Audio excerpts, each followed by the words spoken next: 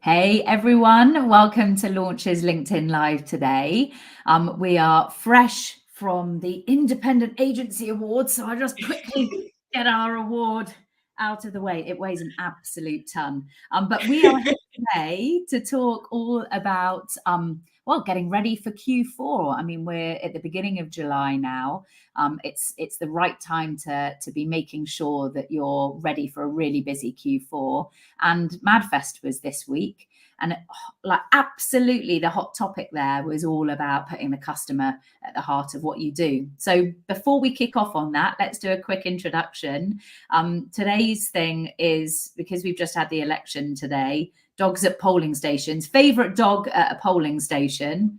I'm Jay, I'm the founder of Launch, and my favorite dog at a polling station was a golden retriever. How about you? Well, I don't want to. So I'm Amy. I work in the conversion team at Launch, and I don't want to stir up too much controversy too early in the morning. But I'm actually more of a cat person, and so I would say my favorite pet at a polling station would be this ginger cat that lives down my road, whose name is George. I'm a big fan of him. I think we should start that for the next election. Cats at polling stations. It'd be hard to get I'll bring them if no one else does. So let's kick off then today. So we're talking, really about making sure that that you understand your customer and do some user research before Black Friday. But why are we talking about that now? Well, we want to help marketers get the best start that they can to Q4, and preparing for peak takes a long time. It takes months, not weeks, to kind of get in that good space where you feel like everything is ready and you're all set up, and you're kind of good to go. You want to make sure that your ads are performing the best they can, but also that your website is performing the best it can by the time it gets around to peak. I think there's understandably marketers in particular have more of a focus on kind of the ads, and might be more of a focus in the lead up to peak on making sure that they're using higher performing ads. But unfortunately, it doesn't matter how good your ads are if you're sending people to the wrong landing pages or to a website that's not working or fundamentally has some issues and it's not intuitive, then you're just not going to get the amount of conversions that you could. And so it's just, we'd want to avoid wasting that potential by the time it gets around to peak. Nobody wants to be learning during peak that landing pages aren't working. So absolutely. So a real opportunity to get that research done now. So who is it in particular that would benefit from this user research? Well, who wouldn't? Any business is going to benefit from user research. User research and kind of customer insights really has the potential to kind of be a white knight kind of when it comes to your performance and overall conversions. I think sometimes there is a bit of a misconception with customer research that, it's not suitable for some businesses, potentially if they're particularly small or particularly niche. People might feel like it's difficult to get those users, but it's really not anymore. There's so many tools and platforms that really allow you to kind of dig deep into customer bases and find, very specific people. I recently have done some user testing on kind of demographics such as people who have flown transatlantic flights within the past 6 months, or people that own small businesses and have also used storage units. There's a lot of filing down that you can do and a lot of screening. So it really does make it. How that works. So the client has a need to find out more about one of their audience segments. Yeah. Take me through the steps of what you did there. So we use an online user testing tool that has a database of, over 1 million users globally that have signed up, and will be notified when there's a test that they're suitable for. So what we can do is we can either reach out to them and they can kind of try and find the participants. But what we can also do is we preemptively, before they start the test, we ask them a few screener questions. So for example, to go back to what I've just said, you know, if we can ask them, have you flown, or kind of which of these modes of transport have you taken within the past 6 months? And we can say, you know, train, transatlantic flight, and then various other things. We can hide them in there and then disqualify users that don't select the answers that we want them to. And then that way we can make sure that the users we are getting are people that would be relevant to the particular customer profile. And so there's a lot of filtering down you can do within that. So that recruitment piece is really key to then get the Yeah. right audiences, and they might not be current customers of the clients you're doing this for. No, and it's ideally we would want them to not be current customers. So we try and keep it a little bit more vague. We don't say what brand it is or anything like that when we're recruiting, because ideally we want to keep the recruitment process and the kind of customer journey as authentic to a new user as possible. You know, there's so much bias that comes with users that have already been on the website, and you can get good insights from them in a pinch, but it's better to have users that are completely new to the experience, because then you're getting the most authentic and kind of the realist insights. And what benefits? Why? So you do this recruitment, you find a group of users who are fitting the profile of the people that you want to find this information from. What benefits are you then getting from asking these users questions? Well, so the benefits overall of customer research is that you just get a much more kind of comprehensive understanding of your user base. You know, you understand who your customers are, what their fears are, what their anxieties are, what they like and dislike in a website, and what could encourage them to convert and what could deter them from it. And by having that, it really allows you to fine-tune your website and your ad performance, and kind of really make sure that you are telling people what they want to hear, and you're not putting them off by having a journey that's kind of filled with friction points, or kind of making them work too hard to kind of get through that website. And it also, by giving you that deeper understanding, it can help you understand the metrics that you do have better as well. So it helps you understand that, you know, sometimes things can be a little bit misleading. Your metrics can be a little bit misleading. For example, if people are clicking through, people might be tracking that and thinking, you know, that's great. But if the value of those leads isn't high, then or you're kind of, it's the wrong customers that you have clicking through, then you're not going to get those conversions at the end of the day. And so it really helps you to understand why things are performing well and why things aren't performing well. And then it just allows you to kind of grow from that and troubleshoot issues that maybe you couldn't see that you had before. Well, the complexities now that CMOs face, that you know, all of the different devices that people could be viewing their website on, all of the different browsers that they could be using to view the website, being able to understand where the friction points are is complex now, and then going to this deeper level of seeing how people are interacting with it. Have you got any visuals you can share? Yeah, so absolutely. We've got some examples of some recent kind of user research that we've done. So this, which is on screen, is for a client of ours, The Natural Adventure. So what we did was we asked users to look at ads that were kind of, and to understand not how they were performing, because we got that elsewhere, but look at why they were performing that way using qualitative research and verbal feedback. So we showed this particular ad to a user or to a group of users, and we asked them to feedback on what they thought was good and what they thought could be improved.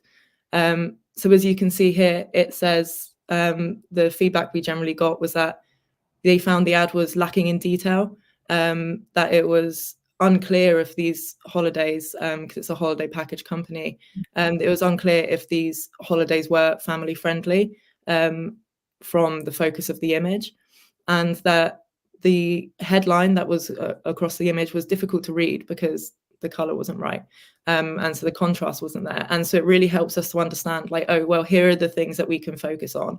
You know, if we want to communicate that we have family-friendly packages, then we need to use different images for that. And so it can really help us understand why we're not getting the performance on that we could be. I have another example here as well from a client, Icelandair. So this is a flight retailer, and particularly transatlantic flights.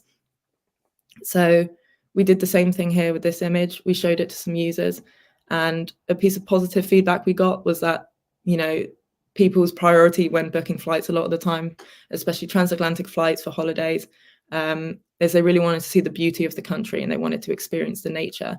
And so the image aligned on that front. However, other users said that the image looked fake, it looked AI generated, or heavily doctored, which didn't appeal to what they wanted. And the kind of headline or the description that accompanied that was lacking information about the country or about what kind of set this brand different from the rest. And so it allows us to know that, okay, going forward, we also need to look at these images. The nature's good, but we need to have something that maybe is a little bit less kind of wow in a way, so that it doesn't look as AI generated. You know, we need to peel that back a bit, so that it looks more attainable for users. That's really, really interesting. This is the first time I've seen in research come back people calling out kind of AI generated images. That authenticity is going to be really interesting to track through, of how customers respond to things that look too good. It's definitely an interesting thing that's popping up more and more over the past, you know, even just like year or two. It's something that I think people are a lot more wary of. Image doctoring and Photoshop and enhancing images has always been there. You know, look at any industry, especially you look at cosmetics or anything like that, any kind of media. It's always been there, and people to an extent would expect it, and it's not something that's surprising. But more and more, it's not, oh, this has been photoshopped to up the saturation a little bit. It's now like this entire image is fake. Yes. You know, I want to see the actual country, and it is, but people are so much more skeptical now. Yes, and so like the skepticism means that maybe an image you could have used before needs to be dialed back because it is too beautiful. I have been sitting around, you know, at round tables with other CMOs who are saying, how can we scale our creative, or be able to iterate enough? Oh, well, we'll just use DALL-E, or we'll just use Midjourney to be able to create mass amounts of creative. And I know, and the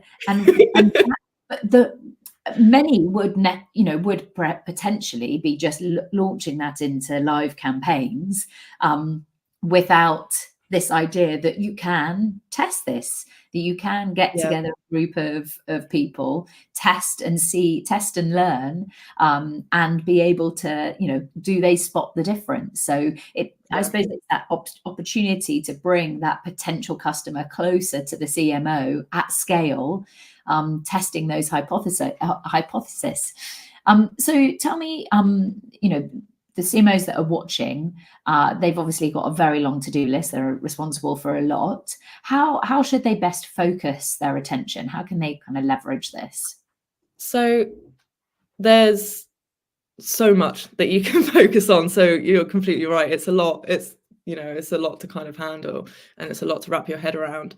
But when it comes to testing, and there's a few kind of pieces of advice on where to focus, you know, predominantly, the main thing I'm going to say, which isn't going to help potentially with that anxiety, is that looking at the whole user journey is the best way to start. You know, you want to make sure that you're performing from the ads right to the checkout, because, you know, as I said earlier, if your ads are working but you're sending them to a website that doesn't work, then you're not going to get those conversions. But likewise, if your ads aren't targeting the right people, or your ads aren't performing, then it doesn't matter how good your website is if no one's going to see it. And so you really want to make sure that you're hitting every single touch point, and making sure that, you know, not only is your website good, but you're sending to the right pages, and that your ads are there as well, which is the kind of the launch advantage of, you know, the stuff that we just discussed, like you know, looking at that kind of whole journey, from kind of customer ads, so search ads and kind of social ads, all of it, and then looking at how that translates over to their opinions once they're put on the website and sent to those landing pages. I think that's something that, you know, we're doing really well, is looking at that whole acquisition journey and getting the insights that are much more comprehensive, and really merging those kind of specialisms together. There is also so many kind of types of insights that you can try and pull. And there's so many questions you can ask and areas for that. But the most kind of important thing with that is just trying to keep the user journey as authentic as possible. You know, sending them to pages where they're going to be taking the normal journey that a customer would, you know, and using those users that haven't been on the website before potentially, or aren't already clients and aren't familiar with it, but also asking open-ended questions and stuff like that will just remove as much bias as possible. It keeps it super real, super authentic, and you want to encompass as much as you can, so that you're just ready for any situation that can come up. Have you got a little bit more about how to get started? Have you got a little bit more from so that CMOs can understand? I think there's some visuals about to come up on there. Yeah, so we've got some kind of visuals here for the type of kind of research you can do. Nice. So how you want to get these insights from your users. So this first one here is customer ads journey research. So this is what we kind of use to refer to exactly what I've just been through in our last examples. So showing users ads that they would likely to see, so either search ads or social ads, normally both. Asking them kind of, you know, what they think of it and what their first impressions, how clear it is, and what they expect to see next. And then you can kind of really align that with the landing page that you show. You know, does this meet the expectations that you had from, you know, the ad that you just saw? And you can really, you know, validate that your value proposition is getting through at every level of the customer journey. And it provides insights for both the paid teams and, you know, your website teams, whether you've got a CRO team or not. It's, you know, it provides valuable insights all across that journey. So it's a really good thing to be doing ahead of peak for kind of everyone. It's a winner all around. Well, and part of what we do within the social team is that beta typing, isn't it, of constant testing of ad creatives. But this point here that you make, you know, understanding why a version 1, this is this next level that you can go to really understand what is resonating, what isn't resonating. So then that constant beta typing that happens, we can then leverage what the creative department is saying, you know, how the brand shows up. It gives much better insights, doesn't it? Much better quality. Absolutely, it does. And if just to move on to my next example, it ties in with that very well. It's a very similar thing as getting those user insights in a much more detail on your website performance. So website usability testing, it's similar to the kind of customer research that the ads research that we do. We ask for a lot of verbal feedback. We ask them to give their opinions on things, but we're asking them to perform certain tasks on a site. You know, we want to make sure that core conversion journey is as clear and as free as friction as possible. And so we can send them to a page, say, we want your opinions on this. We want your opinions on how easy it is to try and find this specific product or this specific page. And then to convert as well, you know, we want you to look at the form, try and fill that out and tell us how your experience with that is. And that provides really, really valuable insights for your website team. So they know what areas they need to address and what things are doing well. And it's similar to what, you know, exactly what you've just said. It really provides that clarity on why your website might not be performing. And so it's, you know, it's absolutely heroic when it comes to trying to get a better understanding of everything that's going on. I've heard you and Joe, I had a conversion talk before about you've never not had like a winning opinion come through of something you hadn't even considered, that the web developer hadn't even considered was an issue. And, you know, you go into the testing expecting it to be one thing, and then you're given brand new information that unlocks then basically more conversions. If you can, the end point to this is that if you can get all of these marginal gains, you're going to get more conversions. There's going to be more revenue from the money that is already being spent on all of the marketing to generate traffic to the site. Yeah, I mean, absolutely. There's nothing more, rewarding and frustrating in equal measure as being surprised by insights on user testing sometimes. But it really is valuable.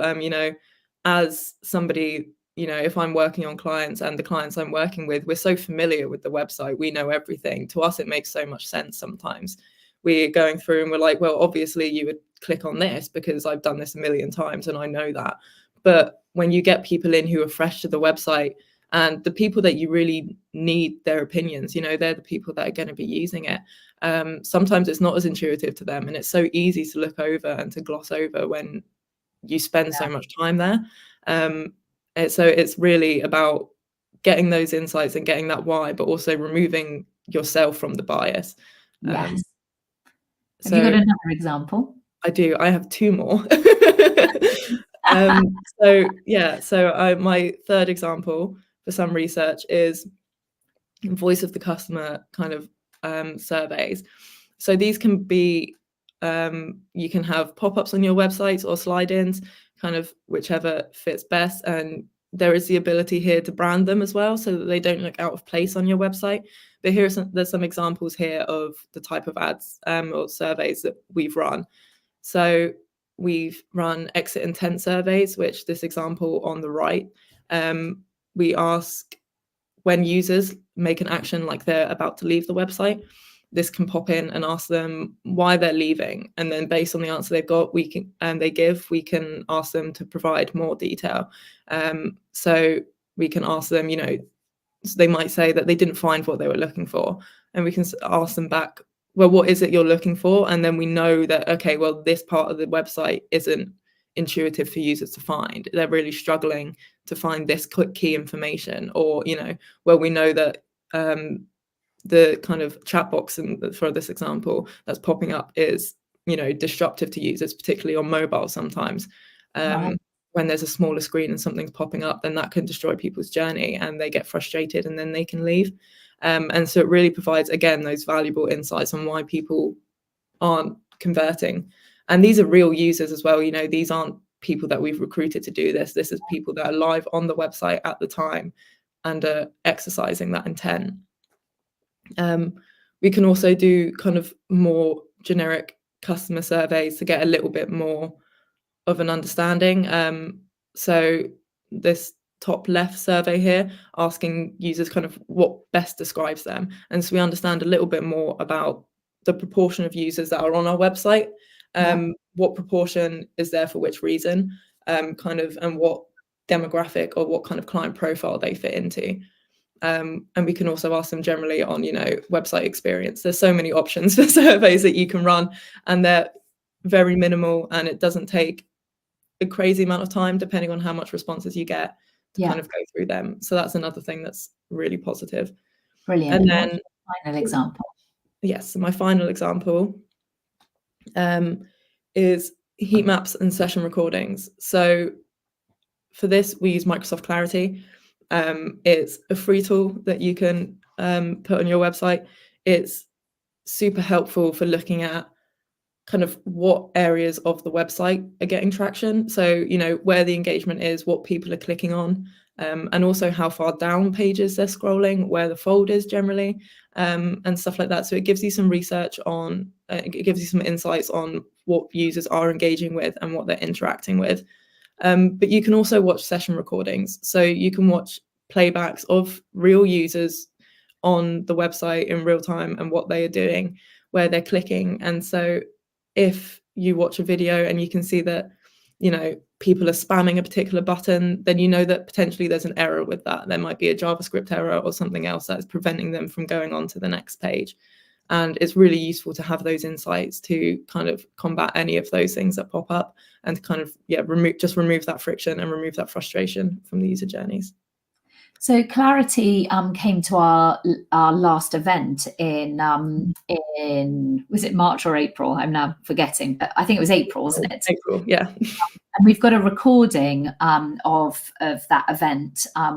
Ahmed was talking all about how AI is transforming the clarity experience. I highly recommend you go back in our resources section of our website to, not you, Amy, because you were there, anyone watching. And I should say now we're coming up to the last 5 minutes of this LinkedIn Live. So if you have got any questions, do please ask them in the chat or reach out to us later. But yeah, I would definitely say, watching back, the depth that they're baking in AI into Clarity. I think there's a beta coming out this summer where we will be able to consolidate hundreds of hours worth of recordings to be able to extract the information of what the best wins are. How do you use Clarity kind of on a day-to-day? So Clarity for me it's so helpful to get all those insights that, you know, I just said. And if there's something that potentially we see that users aren't converting on a particular page, and we can go back and watch those recordings, comb through them. You can even filter them by, you know, recordings that have dead clicks or rage clicks where people are spamming. So you can really filter down and find those recordings where the errors are popping up. But like exactly like you said, you know, it's the AI that's kind of coming with it now and that they're developing can be so helpful to filter through mass kind of amounts of recordings. But also it makes these insights so much more accessible to, you know, all businesses, smaller businesses that might not have the budget for an expert, or might not have the time to kind of trawl through these videos. Having these kind of insights that come up and these AI generated insights is so helpful. It removes a lot of time, and it also can just, yeah, like I said, make it so much more accessible. It shows you where the issues are and it gives you recommendations. And so it's such a good way to kind of comb through and troubleshoot using Clarity. Is really good. I would recommend it. And yeah, like you said, again, to plug the event resources, it's, you know, watching stuff like that talk will really give you more of an insight on that.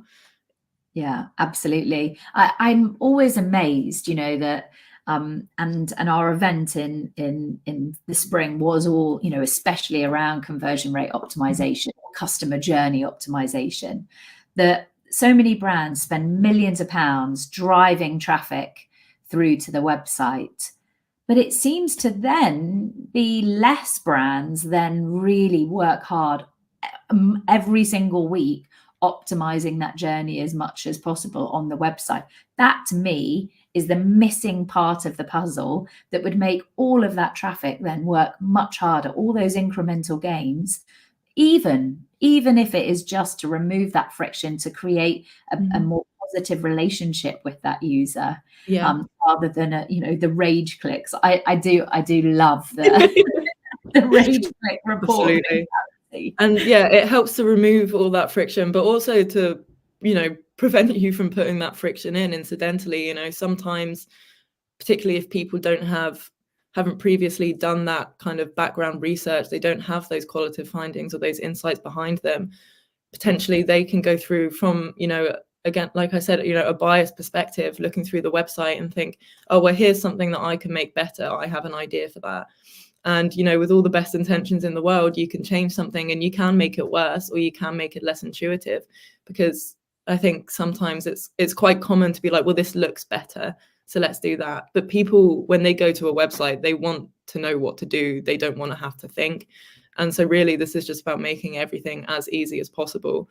And, you know, having these insights behind you helps you to make the correct choices and kind of make changes that have, you know, something to substantiate them.